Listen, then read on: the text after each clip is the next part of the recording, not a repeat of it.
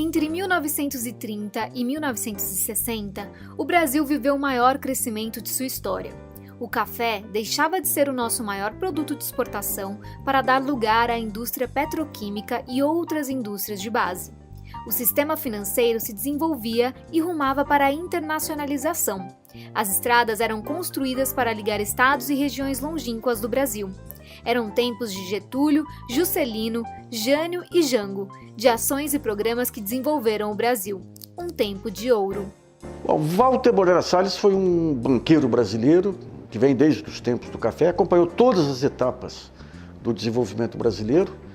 Foi o Barão de Mauá do século XX, investindo em novos setores da economia. Foi figura central para garantir o desenvolvimento brasileiro nos anos 50 e 60 como embaixador nos Estados Unidos e renegociador da dívida externa. E foi o sujeito que revolucionou o mercado de capitais no Brasil com bancos de investimento e com uma enorme capacidade de se relacionar com os grandes players internacionais. Foi o único brasileiro que, na fase de ouro, digamos, do capitalismo de família, ele frequentava a cúpula do capitalismo mundial. É um jeito fascinante, né? Que muito fechado, tido como frio, não era frio, era extremamente sensível, portanto fechado, muito ligado às raízes mineiras, apesar de ter sido o mais internacional dos brasileiros do seu tempo, assim, era um apaixonado pela cultura caipira. A frase que sintetiza ele é a seguinte: eu uso bem as poucas coisas que eu sei. Nasceu em 1912 em Pouso Alegre, Minas Gerais. Homem elegante, fino, educado.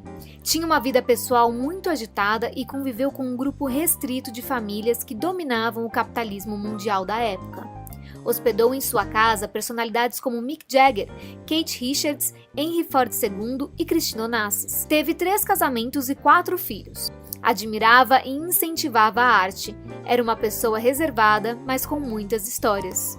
Tem 3 ambientes muito interessantes nos quais ele desenvolve aquela que foi a grande arma dele, que era a educação e a capacidade de atrair a atenção das pessoas pela descrição.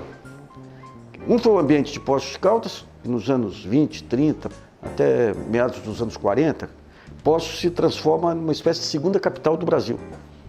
Porque nas férias iam lá a família Vargas, os tenentes, os empresários. Ali ele começa a criar o seu ciclo de relações. Depois o Rio de Janeiro, dos anos 40, 50 e 60, que era a cidade mais interessante do mundo. E era uma cidade que era a porta de entrada do Brasil no mundo. Principalmente no período da guerra, quando vêm grandes investidores, a colônia judaica de investidores e banqueiros. E o terceiro ambiente é o circuito Paris-Nova York, onde ele cria a sua rede de relações. Ele foi fazer um estágio em bancos americanos ainda nos anos 40. Lá ele conhece os jovens companheiros dele, seriam os futuros presidentes de bancos, né? Então esse lado internacional dele.